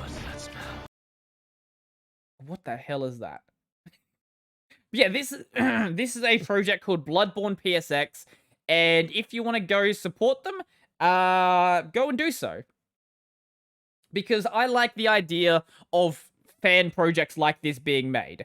And hopefully, From Software doesn't go and do something stupid and be like, or, you know, we don't actually like this existing. Like, we're gonna like DMCA this. This is something we're gonna DMCA. Because there have been some situations where that actually has happened. Here we go. Here's a fight with the Cleric Beast. Let me skip past this ad. Oh no, wait. That's the music, sorry. Oh, here's the Cleric Beast fight. Here we go. That's what I want to show. Look at it. It's just cool. Okay, there's clearly missing textures at this point, but early game. I want to play this. Like, the more that I look at it, even though I actually haven't played through all of Bloodborne, the more I look at this, the more it makes me actually want to play this. Like, it just... There's something about the PS1 and, like, 3D action games, like, styled like that, or 3D action games that actually were on the PS1 that sort of have this appeal that we've lost over time. We've sort of focused too much on having, like, high-quality graphics that... we've lost a lot of the charm that existed with a lot of these earlier games. And there are a couple of games out there that try to, like, recapture the PS1 style. Some better than others, but I think this one actually does it really, really well. And for a game like Bloodborne, I think it actually works quite well as well. Like, the theme is something that you would have seen on a PS1 action game. Having something with, like, that dark, that dark sort of theme like Bloodborne does have, sort of fit with the era.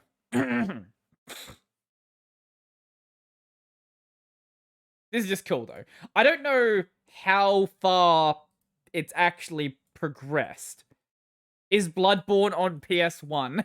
No, that's not... That's not what... God, I hate Google's people also ask questions. Some of them are great. Some of them are not so much.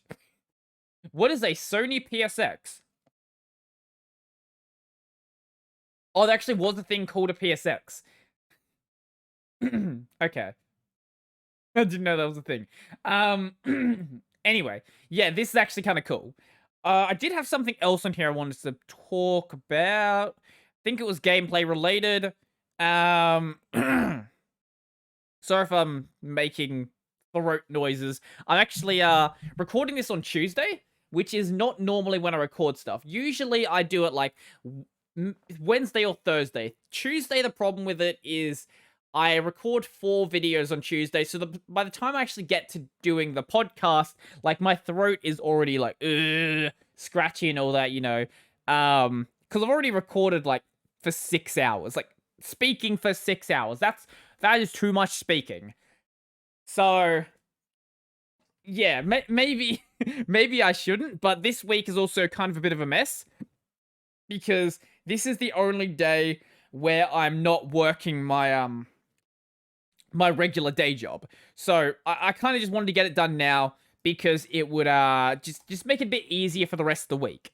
I did find the thing that I was actually going to talk about though.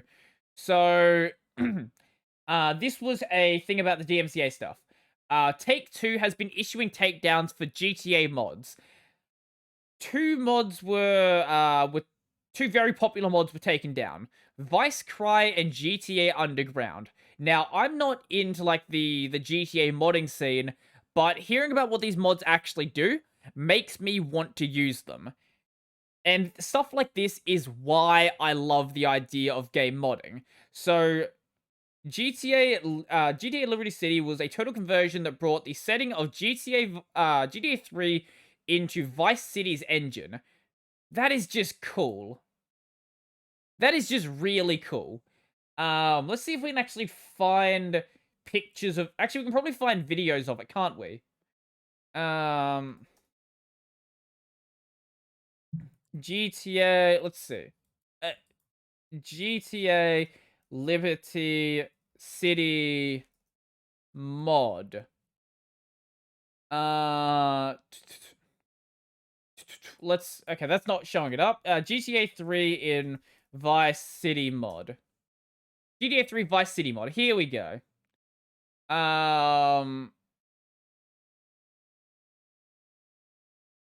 Yeah, here it is. Here it is. I'm not going to play the ad. You're not going to see the ad because I don't want you to see it. Don't play two ads. What are you doing, mate? What are you doing? Okay, here we go. Basically, yeah, it's GTA 3 in Liberty City, which, hey, is cool. Which makes the game look slightly better. It's still in the I'd just say Liberty City. It's GTA 3 in Vice City. So it just makes the game look a little bit better, but it is still Vice City. So like, you know, still Vice City. But the other one is actually an even cooler mod, and that is GTA Underground, which combined the maps of not just GTA 3, Vice City, and San Andreas, but also the mods for Bully, also the maps for Bully, Manhunt, and Manhunt 2. Then added Gang Warfare. Like, okay, sure. Gang Warfare was actually a really cool feature from San Andreas. So are the mods converting San Andreas into ports of console exclusives, Liberty City stories, and Vice City stories, and that's not all. A GTA forums on a thread on GTA forums has been cataloging the removals, as well as noting that Rockstar's statement on single-player mods, initially made during the back and forth over modding tool, are open for in 2017, and which many modders have been assuming would protect their work. Was quietly updated in 2019. It now notes that it does not apply to either the use or importation of other IP, including other Rockstar IP, or making new games, stories, missions, or maps. So, your mods won't be protected if you make new games, stories, missions, or maps. Missions and maps and stories and games. That's literally saying your mods will not be protected, and we might DMCA them. Yeah. Oh my lord. That's actually really dumb. Let's see if we can find something about GTA Underground. Because that actually sounds really, really cool. GTA Underground.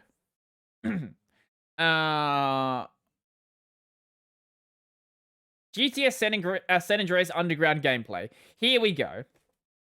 But here's the thing, right? You can take these mods down on, like, the official channels. But you can't take the mods down. They'll exist still. You can still find them on the internet. So this is inside of the San Andreas map, which isn't, you know, that crazy. This is a San Andreas mod. Well, let's go to another city. So you just literally fly outside of the map, and you can fly over to Vice City. That's so cool. That is actually really cool. You can also fly over to Liberty City. So that's still Vice City there. We skip ahead. Now we are in Liberty City. That's so cool. Like, what the hell? And you can fly over to some of the other games in the Rockstar world. basically making it so all of these games exist in the same universe. That's awesome. I don't know if it like adds any content that's worth actually playing, or if it's just like having the maps in the same world. I don't know much about the mod itself, but just knowing that this exists is cool. And like having something like this out there is cool. Like I don't know why you would go and DMCA a mod for a game that came out years ago. Like the only reason that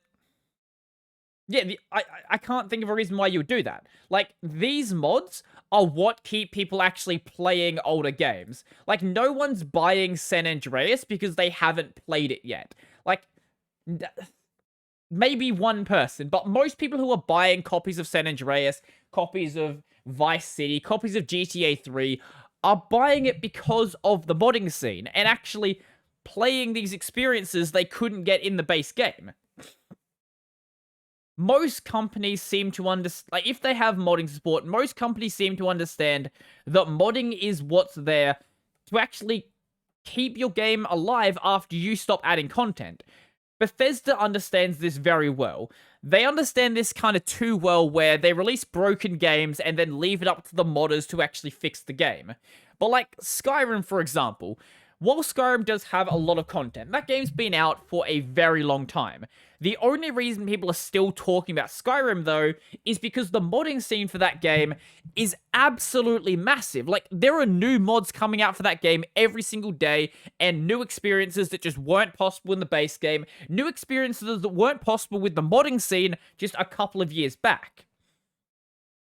Bethesda understands this very well. They even provide things like modding tools that make it easy for this to happen.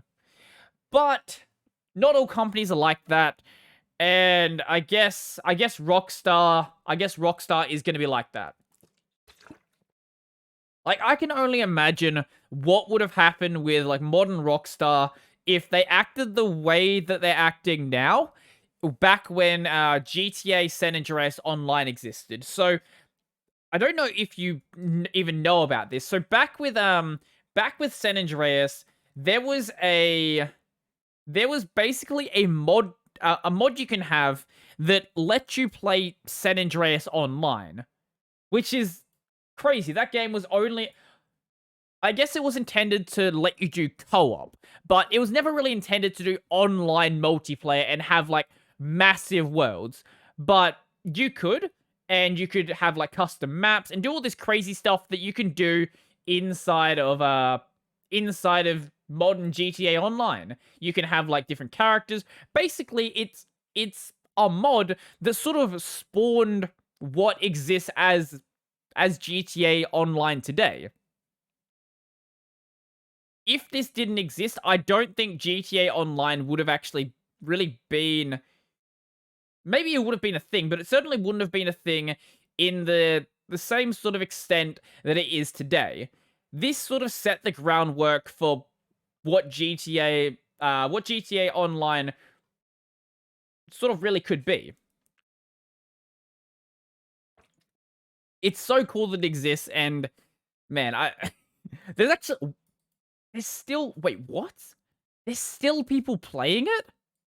Hold up. There's 48,000 people playing it. That can't be correct. That is more than some modern games have that came out like last year. That is crazy. Wait, that means there's surely still people actually doing videos on it. I have to check this. That number can't be correct. GTA SAMP. 2 years ago, 4 months ago, 2 months ago. Yeah, there's clearly some people still playing this. Wait, what is this? This is GTA San Andreas with just insane mods. I have to see how this game looks. That's base San Andreas. We all know how this game looks. It looks dated. Whoa! What the hell? The car looks a little bit jank, though. That doesn't look exactly like a modern car. A modern car in a game. Oh, there's also motion blur. Why did you add motion blur? That just makes the game look worse. What the hell? That looks too good for San Andreas. That looks way too good for this game. The roads are a bit sketch, but apart from that, let's look at this car. Oh my god. Also these roads, like you can see the edges on the roads. Like, unless you update every single model in the game. Also, wait. Okay, they clearly didn't redo the shape of the mountain. That looks so out of place with these high-res textures. Like, that is just like a jagged mountain. Oh. Wait, let's... No, don't show me... What the hell? Like, when you have textures this high resolution, it makes the, like, low poly models look really out of place. Because clearly in this mod pack this guy's set up, he doesn't update everything. Just updates enough where, like, most of it looks better. But, like... like, I guess the buildings look fine. You can sort of do buildings on, like, fairly low-end systems. Like, that one, very jaggedy. That actually is a redone sign. Let's see if we can find some other weird parts. Okay, that's not a new texture right there. That's the original texture. There we go. That's another part where it looks really out of place. Like, you have this super high-res car, and then, like, this. This is just, like, blur. This is what modding makes possible for games like this. Like, this is what's keeping a game like San Andreas alive. No one cares about San Andreas at this point. It's a very good game, but, like, everyone's played it. 3 weeks ago, okay, no, that's... Is that... Yeah, no, that's, GTA Online. Not GTA, that's, SAMP. Oh, man. This kind of makes me want to go and actually play, SAMP. It really does. If there actually is a player base that does still exist, because I didn't actually get to experience playing it when I was young. I had San Andreas on console, and, you know, obviously, yeah, obviously I couldn't play it then. But I did watch videos of people playing GTA SAMP, and it just looked awesome. I liked the idea of having these custom maps and being able to, like, do all these crazy jumps and all of this awesome stuff that you just couldn't do in the PS2 version. Maybe I need to actually check if that 48,000 players actually is real. I find it hard to believe, but maybe it is. Plus, you know, being such an established system, there is going to be a lot of content that exists. Obviously, there's a lot of content for GTA Online, but I can't imagine it's anywhere near the level of a game that has had... I don't even know how many years San Andreas has actually been out for. Way too many years at this point. Like, when did that actually come out? GTA SA. That came out in 2004. Holy crap. So a game that's been out that long, there's just going to be so much content you can experience, and you'll probably never run out of content to actually play. And running a game like San Andreas can be done... I think you can probably even do it on a phone at this point. Can modern phones do PS2 emulation? Look... Probably. Phone PS2 emulation. Well, there are ones available, but I don't know, like, where in, like, the product stack you'd actually need to be to, like, effectively run something. You could probably run early PS2 titles without any challenge, like the ones that came out just around launch. But maybe some of the later ones you would struggle with a bit, like the ones towards the end, like, towards, like, the PS3 launch actually do look quite good. Like Shadow of the Colossus, for example, really does hold up today. So maybe not that, but like the early stuff you might be fine. Like some of like the early Crash games that came out on the PS2, for example, you probably would be fine then. Or maybe some of the early Spyro stuff, things like that. But ultimately, like, I have a computer, so I'm gonna just emulate it on the computer. Speaking of emulation, if nothing else, the Steam Deck is going to be an absolute killer for emulation. I don't know how much how much it'll actually be able to emulate, but it's certainly going to thrash most things. And I might have to like go and maybe I would install like I kind of want to install like a a DS emulator. I know that a lot of games sort of gonna require like the DS part, but like if you split that screen in half and you have like one side being the top screen, the other side being the bottom screen, you might be able to actually get something fairly good out of that. I don't know. I just want to go back and play Kingdom Hearts 365 over 2 days, and that gives me a good enough reason to do so. I'm going to be doing it on stream, but I don't know. I don't know if it's going to have the same sort of be the same sort of experience if I play the game with an actual controller rather than playing on a handheld. I don't know. As I said, I'm excited for the Steam Deck, even if I don't actually buy one. But maybe I will buy one. Maybe, you know, maybe I'll buy the Steam Deck when Steam Deck version 2 comes out. Let's say the Steam Deck becomes a massive, massive success, and Valve basically starts up a new product class. Handheld PC gaming actually becomes, like, a proper thing people care about.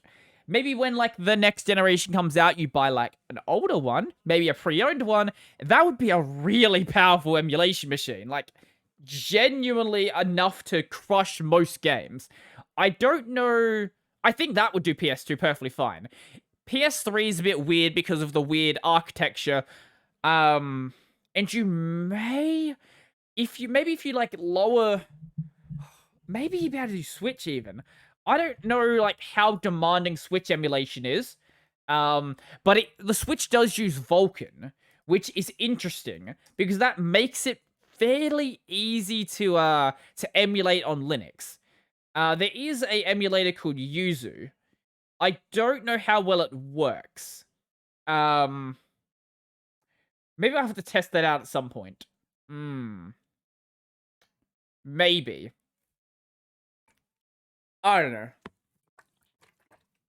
But we are closing in on 2 hours, so I think it's basically time to end off the podcast. I am genuinely surprised that the lights that I'm using actually lasted the entire stream or the entire podcast, because I actually didn't have them fully charged. And obviously, as I said earlier, I recorded videos earlier in the day. So I sort of expected them to die or at least start dimming partway through the thing, but they didn't. What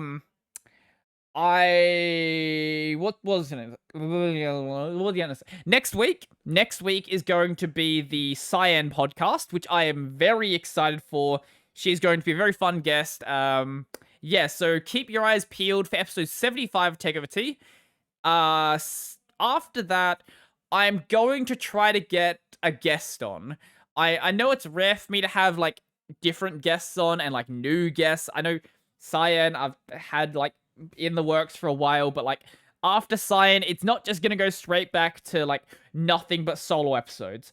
I'm gonna try to get Unfer on. I feel like he'll do it. He shows my live streams occasionally. We talk on Mastodon occasionally. If I send him a message being like, yo, you want to come on the podcast? Hopefully he'll say yes. There's some other people I want to talk to as well. I will send them DMs, and maybe we will start doing guest podcasts and having fun like that. I don't know. Obviously there's people I can bring back as well, so that will be fun as well.